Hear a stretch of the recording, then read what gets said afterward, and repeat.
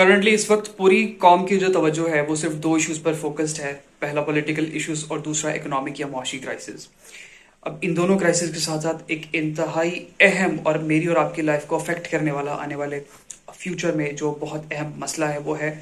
Climate change کی وجہ سے آنے والے بہت سی تباہ کاریاں جس کے اندر فلڈ شامل ہیں اور باقی ڈیوسٹیشنز. لیکن انفارچونیٹلی نہ تو نیشن میں سے، نہ تو جرنلسٹ میں سے اور نہ ہی گورنمنٹ میں سے کوئی اس چیز کو سیریسلی کنسیڈر کر رہا ہے. حالانکہ ہر سال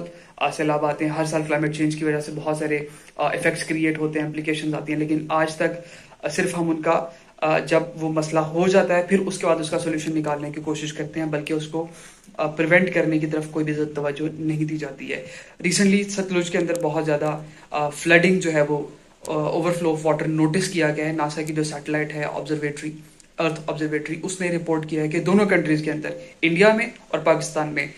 جو اس ریور کا اور اس کے ٹریبیوٹریز کا جو واٹر لیول ہے وہ بہت ڈینجرس حد تک بڑھ گیا ہے. انفیکٹ جو ریسنٹ 35 سال ہیں، ان ریسنٹ 35 سالوں کے اندر یہ بدترین سیلاب ہے جو اب آنے والا ہے. لیکن انڈیا اپنے ایشوز میں ہے اور پاکستان اپنے ایشوز میں ہے. لاسٹ ایئر جو کانفرنس آف پارٹیز ہوئی تھی جس کے اندر یہ ڈیسائیڈ ہوا تھا کہ جو ڈیولپڈ کنٹریز ہیں، یورپین، کینیڈین یا امریکن، ان کی وجہ سے یہ سارا جو کلائمیٹ چینج آیا ہے وہ اس کا جو بھی ہے اس کا جو تلافی ہے وہ کریں گی، اور اس کی وجہ سے ہونے والے جتنی بھی لاسز ہیں اور ڈیمیجز ہیں ان کے فنڈز وہ الوکیٹ کریں گی. لیکن جو گلوبل ساؤتھ کے کنٹریز ہیں جو بیچارے شروع سے مینیپولیٹ ہوتے آ رہے ہیں، جس کے اندر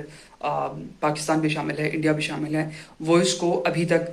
منظر عام پر لانے میں ناکام رہے ہیں. انڈیا اور پاکستان دونوں کو چاہیے کہ اپنے جو ایشوز ہیں ان کو وقتی طور پہ بھلا کے ایک پلیٹ فارم پر اکٹھے ہوں، اور جو بھی کنٹریز اس کے لیے ذمہ دار ہیں، جو اس کے بینیفیشریز ہیں، جو اس کے کنٹریبیوٹرز ہیں، ان کو آنسریبل پلیٹ فارم پر لایا جائے. پاکستان تو اس پوزیشن میں نہیں ہے، لیکن انڈیا اس پوزیشن میں کافی حد تک آ چکا ہے، اور ان کو اکوموڈیٹ کیا جائے تاکہ ایسے آنے والے ایشوز جو ہیں گلوبل ساؤتھ کنٹریز کے لیے وہ